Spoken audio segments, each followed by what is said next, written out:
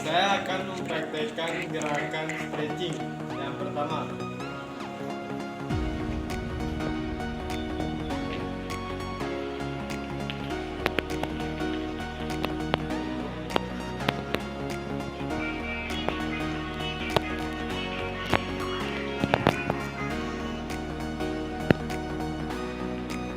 gerakan yang kedua.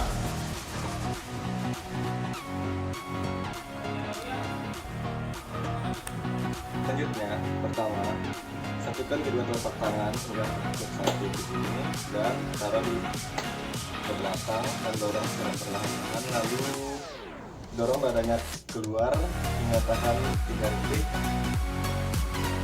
Nah, gerakan ini pun bisa diulang selama 3 kali. Ya, gerakan keempat.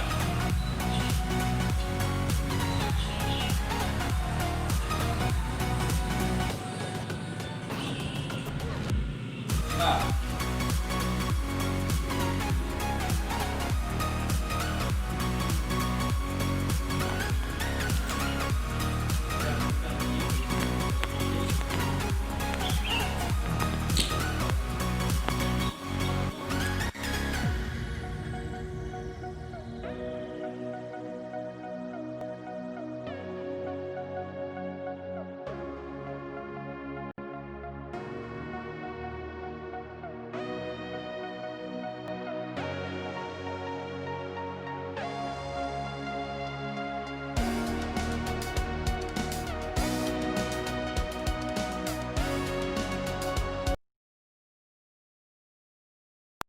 Sejarah petakwe.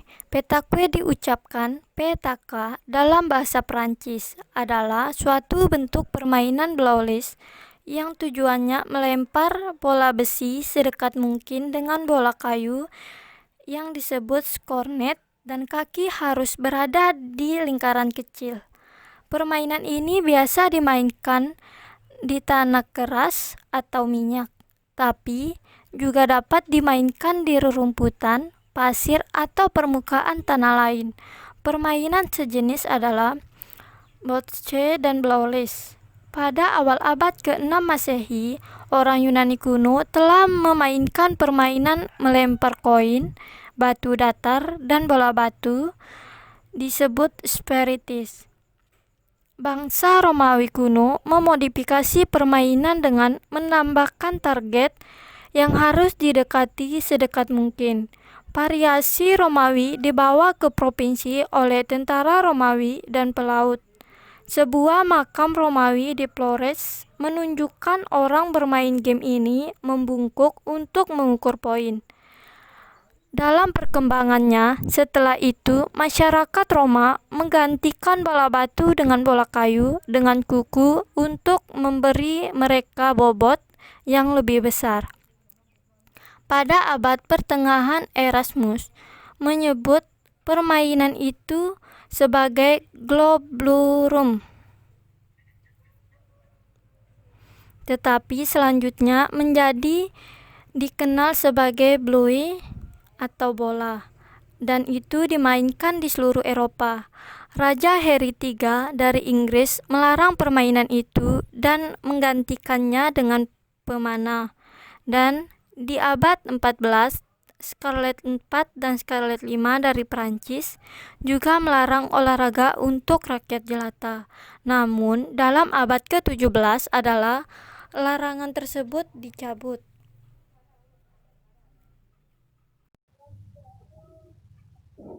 Pada abad ke-19, di Inggris, olahraga telah menjadi bowling rumput. Di Prancis, olahraga ini dikenal sebagai bowls dan dimainkan di seluruh masyarakatnya.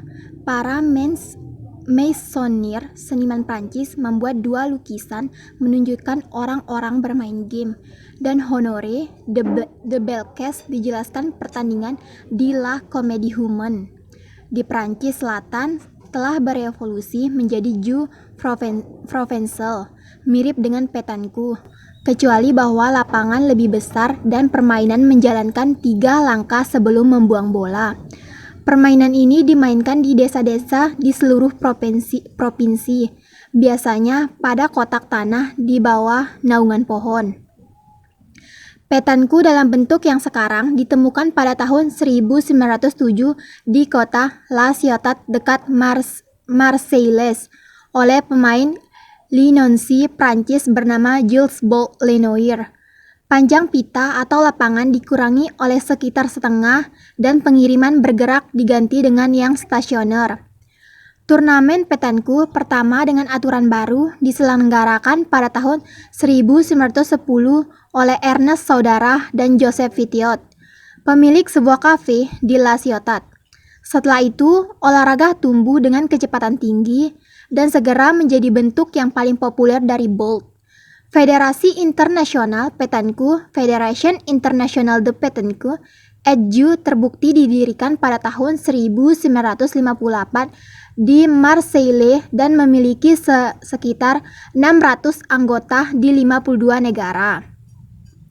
Kejuaraan dunia pertama diselenggarakan pada tahun 1959. Kejuaraan paling baru diadakan di Faro pada tahun 2000, Monaco 2001, Grenoble 2002, 2004 dan 2006, Jenewa 2003, Brussels 2005 dan Pattaya atau Thailand 2007. 52 tim dari 50 negara berpartisipasi dalam 2007. Olahraga petanque di Indonesia. Olahraga petanque di Indonesia mulai dikenal dengan berdirinya Federasi Olahraga Petanque Indonesia atau FOPI pada 18 Maret 2011. Beberapa saat setelah didirikan, olahraga ini kemudian dipersiapkan untuk mengikuti SEA Games ke-26 2011 di Jakabaring, Sumatera Selatan. Sukses mengikuti SEA Games, Komite Olahraga Nasional Indonesia mengembangkan olahraga petanque ke arah yang lebih luas, tidak hanya dipersiapkan untuk training para atlet, tetapi dikembangkan menjadi salah satu cabang olahraga nasional. Caca Isa Saleh adalah orang yang pertama kali yang menjadi ketua dalam Federasi Olahraga Petanque Indonesia. Caca sesungguhnya bukan atlet petanque, tetapi dia punya kepedulian yang besar untuk mengembangkan olahraga yang tergolong baru dikenal publik Indonesia. Di tengah kesibukannya sebagai Direktur Utama PDPDE atau Perusahaan Daerah Pertambangan dan Energi Sumatera Selatan, Caca mempersiapkan berdirinya FOPI dan melatih para atlet serta membuka cabang di berbagai daerah. Meski tergolong olahraga baru di Indonesia, petanque sebenarnya termasuk olahraga yang sudah punya nama. Di dunia, negara-negara yang kuat dan konsisten mengembangkan petanque adalah negara-negara yang pernah dijajah oleh Prancis. Negara yang memang melahirkan cabang olahraga tersebut mengembangkan petanque adalah negara-negara yang pernah dijajah oleh Prancis. Negara yang memang melahirkan cabang olahraga tersebut. Caca Isa Saleh mulai melakukan sosialisasi yang dimaksudkan untuk mempopulerkan olahraga petanque di Indonesia, yaitu dengan pembentukan pengurus daerah. Salah satu provinsi yang sudah membentuk Pengda adalah Sumatera Selatan. Saat ini, ada 5 provinsi lain yang mulai aktif memperkenalkan petanque, yaitu Riau, DKI Jakarta, Jawa Barat, Yogyakarta, Bali, dan Jawa Timur. Untuk itu, Caca sedang gencar memperkenalkan petanque ke tengah-tengah lembaga pendidikan, yakni dari SD hingga SMA, serta kepada masyarakat luas. C. Perlengkapan dan peraturan petanque. Untuk mengetahui perlengkapan dan peraturan petanque, terlebih dahulu kita harus ketahui asal olahraga tersebut. Petanque merupakan olahraga permainan yang berasal dari negara Prancis. Olahraga di kota-kota besar saat ini, mulai anak-anak, remaja, bahkan manula sekalipun bermain petanque. Di Indonesia, Federasi Olahraga Petanque Indonesia atau FOPI didirikan pada 18 Maret 2011. telah mengikuti SEA Games 61 2011 di Jakabaring, Sumatera Selatan, Indonesia pada November 2011. Sukses mengikuti SEA Games, KONI mengembangkan olahraga petanque ke arah yang lebih luas. Tidak hanya dipersiapkan untuk training para atlet, tetapi dikembangkan menjadi salah satu cabang olahraga nasional. Petanque adalah suatu bentuk permainan bowls atau bola yang tujuannya melempar bola besi sedekat mungkin dengan bola kayu yang disebut kokonet atau boka atau jog. Dan kaki harus berada di lingkaran kecil. Permainan ini bisa dimainkan di tanah keras, pasir, rerumputan, atau permukaan tanah lain. Adapun perlengkapan yang harus dipenuhi dalam permainan petanque yaitu 1. Lapangan datar panjang 15 meter dan lebar 4 meter. 2. Bola besar dari besi berat sekitar 700 gram. 3. Bola kecil dari kayu diameter 30 mm. 4. Lingkaran untuk melempar atau jembak dari rotan atau ban bekas diameter 50 cm. Berikut alat yang digunakan dalam permainan petang. Dapat dilihat seperti gambar di bawah ini. 1. Bola. Berbentuk bulat, terbuat dari logam dan berongga di bagian dalamnya. Mempuntai garis pusat antara 70,5 mm hingga 80 mm. Beratnya antara 650 gram hingga 800 gram. Bubble atau bola ini mempunyai nama tertentu, angka penunjuk berat dan nomor seri tertera padanya. Bubble atau bola yang digunakan dalam pertandingan ini mestinya telah diluluskan oleh Badan Antar Bangsa atau FIPJP atau Persekutuan Petang Kebangsaan atau PPM. 2. Jack atau bola kayu. Berbentuk bulat tetapi diperbuat daripada kayu keras, mempunyai garis pusat antara 25 mm hingga 35 mm. 3. Alat pengukur jarak. Meliputi alat-alat seperti tape measure, teleskopik measure, kaliper, dan tape gauge. Digunakan untuk mengukur jarak bol atau bola yang terdekat dengan kedudukan jack. 4. Kain atau tuala kecil. Digunakan untuk membersihkan bol atau bola semasa pertandingan. 5. Bag. Mempunyai size yang sesuai untuk mengisi dan membawa peralatan petang.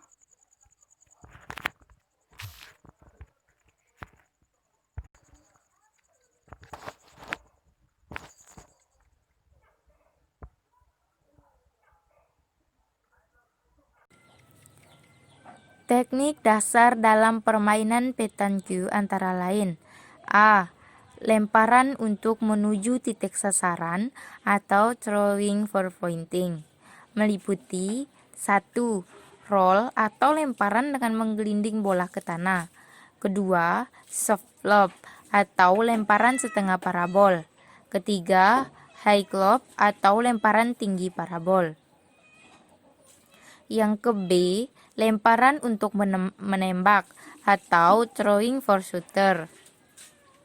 Meliputi 1. Shoot on the iron, 2. Shoot, 3. ground shoot. Cara bermain atau peraturan cabang olahraga petanque diantaranya sebagai berikut. Petanque dapat dimainkan 1 lawan 1, 2 lawan 2, dan 3 lawan 3, PA atau PI, atau mix atau tidak ada batas usia. Tiap pemain memegang 3 bol, kecuali main 3 lawan 3 bolanya 2. Bermain diawali dengan toss. Pemenang toss dipersilakan melempar bola kecil dari dalam lingkaran yang disimpan di salah satu sisi lapangan dengan jarak lemparan minimal 6 meter, maksimal 10 meter. Diberi kesempatan 3 kali. Apabila belum memenuhi jarak tersebut atau gagal, lawan yang melakukan lemparan. Setelah bola kecil dilempar, selanjutnya pemenang undian melempar bola besar sedekat mungkin ke bola kecil. Selanjutnya, Giliran lawan melempar bisa mengarah semakin dekat ke bola kecil atau bisa mengenai bola lawan hingga jauh. Regu yang paling jauh bogeynya ke bola kecil itu yang main terus sampai habis atau sampai lebih dekat bogey kita dari lawan. Skor dihitung sampai 13 poin.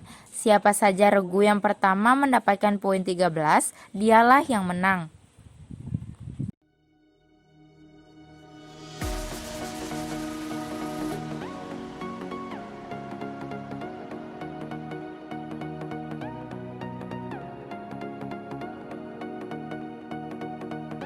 Oke, di kesempatan kali ini kita akan dibantu oleh Sylvie Octavia, atlet dari Spartan. Pertama-tama kita akan membahas teknik rolling, yaitu teknik menggelindingkan bola. Nah, teknik rolling ini adalah teknik dengan cara menggelindingkan bola dari circle menuju ke boka. Sudut yang dibentuk dari teknik rolling adalah di bawah 90 derajat. Kita lihat seperti ini.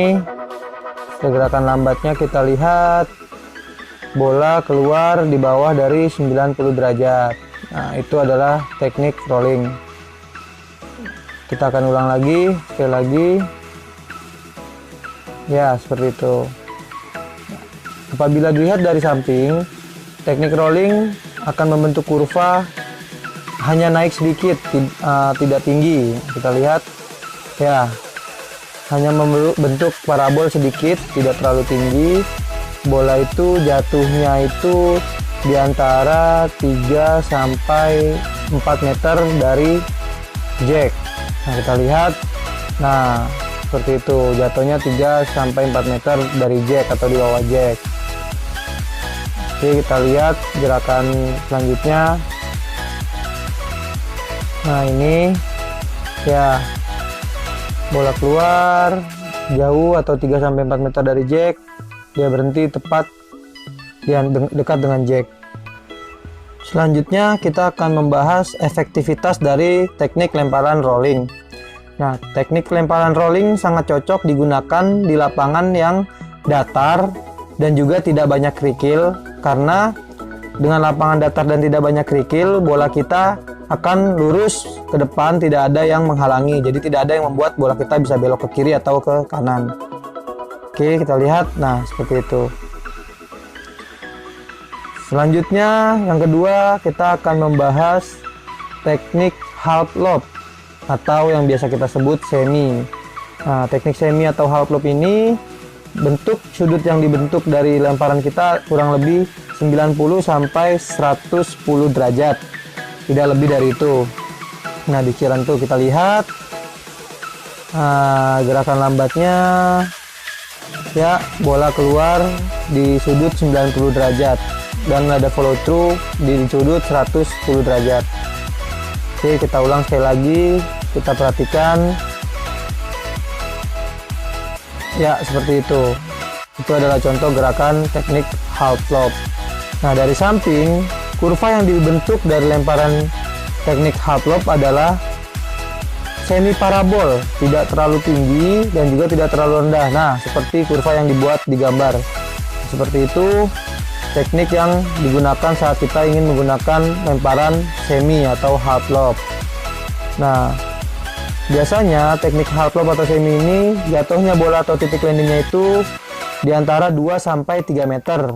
Nah, tidak lebih. Kenapa? Karena bola akan menggelinding tidak jauh atau tidak terlalu pelan, sehingga 2 sampai 3 meter itu sudah cukup untuk menjadi titik landing. Dan kita di sini akan membahas efektivitas dari teknik half lob. Jadi teknik half lob itu sangat cocok digunakan di berbagai macam jenis lapangan. Kenapa? Karena teknik half lob itu tidak tinggi dan juga tidak rendah, sehingga mudah untuk menyesuaikan dengan keadaan dari lapangan. Teknik half lob juga sering digunakan oleh pemain-pemain dalam olahraga petang. Jadi ini adalah teknik favorit yang digunakan oleh pemain-pemain dalam olahraga petang. Oke, yang ketiga teknik full lob atau biasa kita bilang high lob. Nah, ini teknik high lob atau full lob itu Posisi sudut yang dibentuk dari teknik ini adalah kurang lebih 100 sampai 120 derajat. Ya, kita lihat bola keluar lebih dari 100 derajat. Follow through-nya juga tinggi. Nah, teknik ini adalah teknik yang sangat sulit digunakan karena butuh konsentrasi penuh, karena kita harus mengontrol kecepatan dan juga ketinggian dari bola. Oke, kita lihat gerakan ketiganya. Nah, seperti itu. Nah, dari samping teknik high lob akan membentuk kurva parabol, full parabol. Bolanya tinggi ke atas dan dia akan jatuh dekat dengan jack atau dekat dengan target. Nah, seperti itu. Oke, kita lihat lagi gerakan lambatnya. Nah, jatuhnya bola atau titik landing bola adalah di antara 0,5 meter sampai 1,5 meter. Selanjutnya kita akan membahas efektivitas dari lemparan teknik pull lob. Teknik pull lob sangat cocok digunakan pada lapangan yang basah atau yang gembur. Kenapa demikian? Karena setelah bola landing, jalannya bola itu tidak terlalu jauh, sehingga teknik pull lob ini sangat cocok digunakan di lapangan tersebut. Kita lihat, ini adalah contoh dari lemparan teknik pull lob. Demikian video yang bisa kita buat, semoga bermanfaat. Sekali lagi jangan lupa di like, share, dan subscribe video ini agar kita bisa bertemu lagi di kesempatan-kesempatan selanjutnya. Oke, demikian dari kami, terima kasih. Wassalamualaikum warahmatullahi wabarakatuh. Salam olahraga.